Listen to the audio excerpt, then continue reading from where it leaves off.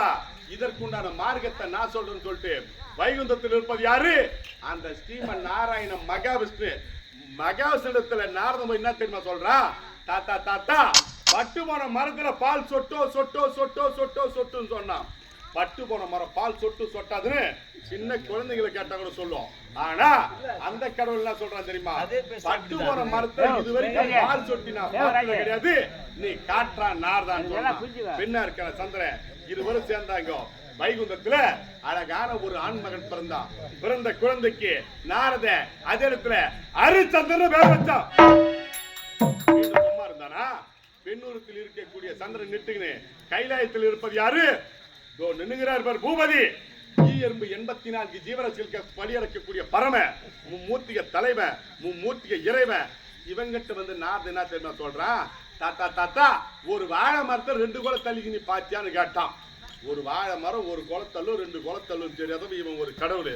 இது வரைக்கும் ஒரு வாழை மரத்தை 2 குலை தள்ளி நான் பார்த்தத கிடையாது, நீ காட்டுறான் நாரதான் சொன்னான். பெண்ணா இருக்கிற சந்திரன் சேர்ந்தவன் சிவன். இவருடைய தலையில பிறை இருக்குது, அதற்கு மதி என்று பெயர். இவங்க இருவரும் சேர்ந்த உடனே இவங்க இருவருக்கும் அழகான ஒரு பெண் குழந்தை பிறந்தது. அந்த பெண் குழந்தைக்கு நாரத அதே இடத்துல சந்திர மதினு பேர் வச்சான். சந்திர பெண்ணா இருக்கும் போது முதலாக போனது யாரு? அந்த ஹரி நாராயண மகாவிஷ்ணு.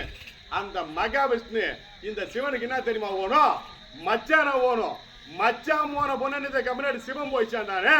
மச்சான் முன்னாடி இவனுக்கு என்ன ஓணும்? தங்கிச்சா ஓணும். அதனால தான் நான் தங்கிச்சான்னு போன பையன் சொன்னேன். இதுடா தவறு. வண்ணார பொண்ணை இட்டு போய் திருவண்ணாமலை வச்சுங்கிற. ஆமா அதானே? ஆமா வண்ணார பொண்ணை இட்டு போய் இவன் திருவண்ணாமலை வச்சுக்கிறான். உன் சொந்த பொண்டாட்டி இருக்கிறாள் பார்வதிய, அவள் இந்த ஊர்ல இருக்கிற வண்ணா கட்ட விடண்டா. அது முறை கிடையாது, அது வந்து சரி கிடையாது. எப்படி சரியில்லை? எப்படி சரியாகும்? எப்படி சரியாகும்? வண்ணார பொண்ணை சிறை எடுத்து போய் இந்த திருவண்ணாமலை வச்சுக்கிற. அதற்கு ஈடா அதற்கு பதிலா இந்த ஊர்ல இருக்கிற வண்ணாங்கட்ட உண்ட உங்களுக்கு சொந்த பொண்டாட்டி பார்வதி வர வாங்கிட்ட பிறகு யாரு கடவுள்? நீ கடவுள் சொன்னா இதே உன்னை சமாதி கட்டி விடுவேன். 66 கோடி மக்கள் தலைவன் வீராதிகார சூரப்பரம்பரை வீரப்பரம்பரை வர வாங்கிட்ட வரப்பிரசாதி அழிக்க ஒழிக்க இந்த ஈரே புவனை இனி பிறந்தவன் கிடையாது. இதுக்கு மேல பிறக்க போறணும் கிடையாது. சிவசங்கராபுரி ஆளக்கூடிய ஜெயமதேஸ்வரன் தெய்வம் நாம் எல்லோரும் துதி சொல்லிட்டு ஜாதி போட்டு வளர என்ன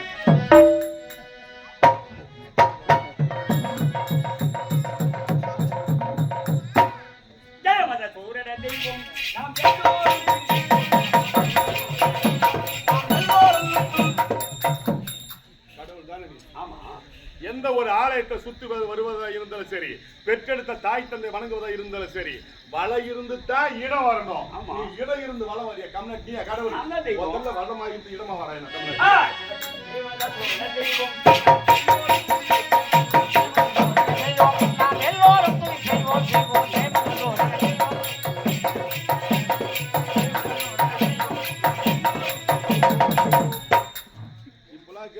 தெரியல. அந்த காலத்துல பூனை பிடிக்கிற குறவன்னு சொல்லுவாங்க.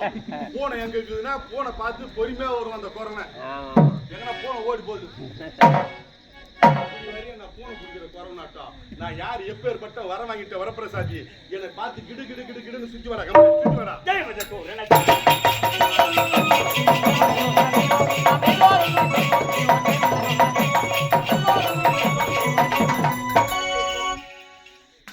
நம்ம பெரியவங்க மொத்த பேர் ஒண்ணு கூடி வருடாந்தோறும் கூட்டம் போடுறோம். என்னென்ன கூட்டம் போடுறோம்?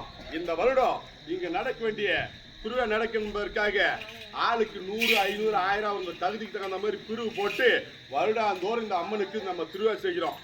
ஆனா இவனுங்க அங்க மேலோத்துல ஒரு கூட்டம் போடுறானுங்க. என்ன கூட்டம்? சீக்ரெட் மீட்டிங், ரகசிய கூட்டம். நம்ம பூலோகத்துல ஒரு பொம்பளைக்கு தொடையில மச்சங்குது, யாரு போய் பாக்குறவன்? இதோட உங்களுக்கு கூட்டம் உங்களுக்கு ஒன்றும் தெரியாதல்ல. நான் ஒன்று உங்களுக்கு புதிதாக சொல்ல போவதில்லை. பாரதத்தை தெரிந்தவர் இந்த சபையில இருக்கலாம். பாரதத்தை நடத்தக்கூடிய ஊரா கூட இது இருக்கலாம். பாரதத்திலே ரோணர் மனைவி கிருபாங்க அம்மையாருக்கு தொடையில மச்சம். அந்த கூட்டத்தில் எடுத்த அந்த கம்மநாட்டி பிச்சைக்கார வேஷம், பிச்சைக்கார வேஷத்தோடு அது காலையில அந்த அம்மையார் வீட்டு வாயற்படிக்கு நேரா நின்று கொண்டு, அம்மா தாயே பசிக்குது, எனக்கு சாதம் இருந்தா போடுமான்னு கேட்டான்.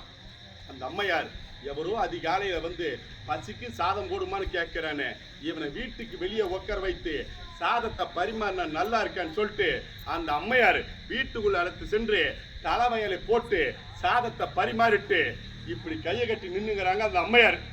இவன் எதுக்கு போய்க்கிறான் அந்த அம்மையார் வீட்டுக்கு? மச்சத்தை பார்க்க போய்க்கிறான். இவன் சொன்னா அஸ்தித்வனர் கேட்டே தீருவான். இந்திர வாயு குபேர் ஈசான் ஈசான சொல்லக்கூடிய அந்த 8 பேர்ல வாயு பகவானை கூப்பிட்டான். நீ காத்தே கொஞ்சம் வேகமாடுறான்னு சொன்னான். காத்தடிச்ச வேகத்துல அந்த அம்மையார் இப்படி கையை கட்டி நின்று இருந்தாங்களே, காத்தடிச்ச வேகத்துல அந்த அம்மையார் சேலை கொஞ்சம் அப்படி விலகிச்சு. உக்காந்த இடத்துல இருந்து பார்த்துட்டு அந்த அம்மையோட மச்சத்தை விட்டுட்டு அவருடைய பிந்தான வீடித்த அந்த சாதத்துல சொல்லாம கொள்ளாம போயினே இருக்கிறான். என்னடா அதிகாலையில் ஒரு பிச்சைக்கார வீட்டை தேடி வந்து பசிக்கு சாதம் ஓடுமான்னு கேட்டா அவனுக்கு நம்ம சாதத்தை பரிமாறணும்.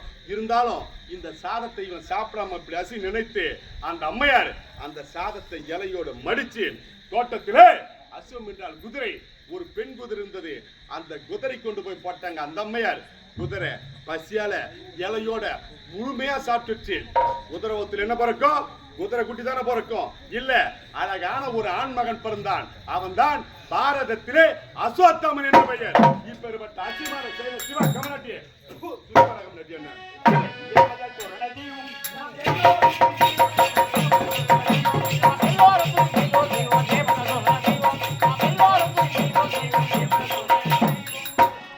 நக்கு நாய் செக்கு சிவலிங்கம். நாய் இருக்குது, செக்கு மேல எண்ணெய் இருந்தால் நக்கும், சிவலிங்கத்து மேல எண்ணெய் இருந்தால் நக்கும். அதுக்கு தேவை செக்குன்னு பார்க்காது, சிவலிங்கனும் பார்க்காது. செக்குக்கு சமானமே இந்த ஈஸ்வரன். எப்படின்னு கேட்கிறியா? தாருகா வனத்திருசிங்க 60,000 முனிவர்கள். அந்த 60,000 முனிவர்களும் தன்னுடைய மனைவி வீட்டுல விட்டு ஒரு நாள் கானகம் சென்று விட்டார்கள் தவம் செய்வதற்கு. அந்த 60,000 முனிவர்கள் போலவே உருவெடுத்து சென்று அந்த 60,000 பொன்னடிகளுக்கும் ஒரே நிமிஷத்துல புள்ள ஊத்தாம அந்த கம்யூனிட்டி புள்ளை குத்துட்டு இவன் நேர கைலாயம் போயிட்டான். கானத்து சென்றார் முனிவருக்கு அத்தனை பேர் வந்து பார்த்தா, அடி பாவிங்க, உங்களை வீட்டை விட்டு செல்லும் போது வெறும் உடலாகத்தான விட்டு சென்றோம், உங்களுக்கு எதிரி கையில குழந்தைன்னு கேட்டா இதான் சிவன் கொடுத்த சொத்து அழகிய முத்து எல்லா பொண்ணு ஆறாயிரம் பாடுறாங்க. வந்து விட்டது வந்த முனிவர் அனைவருக்கும் நாங்கள் இல்லாத நேரம் மத்தியுடைய மனைமாருடைய கற்பை கெடுத்தவர்களுக்கு குழந்தை கொடுத்தல்லவா முனிவராகிய நாங்க கொடுக்கிற சாபம் என்று கொடுத்தார்கள். என்னவென்று இந்த சிவனுடைய ஆணுறுப்பானது அறுபட்டு பகட்டும் என்று அந்த முனிவருங்க கொடுத்த சாப பிரகாரம் இவருடைய ஆணுறுப்பானது அறுபட்டு விட்டது. அறுபட்டு ஆண்குறி இப்படி பூமியில விழுந்தால் இருக்கக்கூடிய பாமர மக்களாகி நாம் அனைவரும் இதில் மூழ்கி பலியொண்ட ஒரே காரணத்தினால் சிவனுடைய அறுபட்டு ஆண்குறி இப்படி மேலே வட்டமிட்டு கொண்டிருக்குது.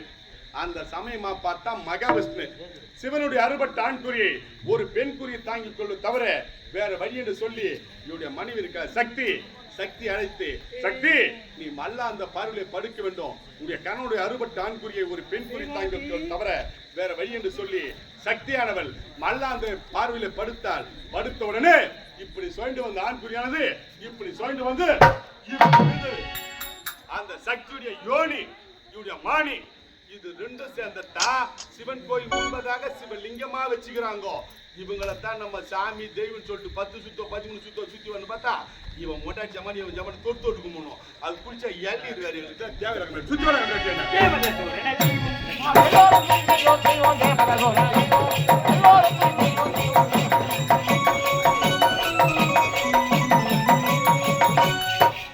ஒரு நாள் சிறுதொண்ட வீட்டுக்கு நேரா சென்றா இந்த சிவன் சிறுதொண்ட வீட்டுக்கு நேரா சென்று சிறுதொண்ட பார்த்து என்ன கேட்டான் தெரியுமா?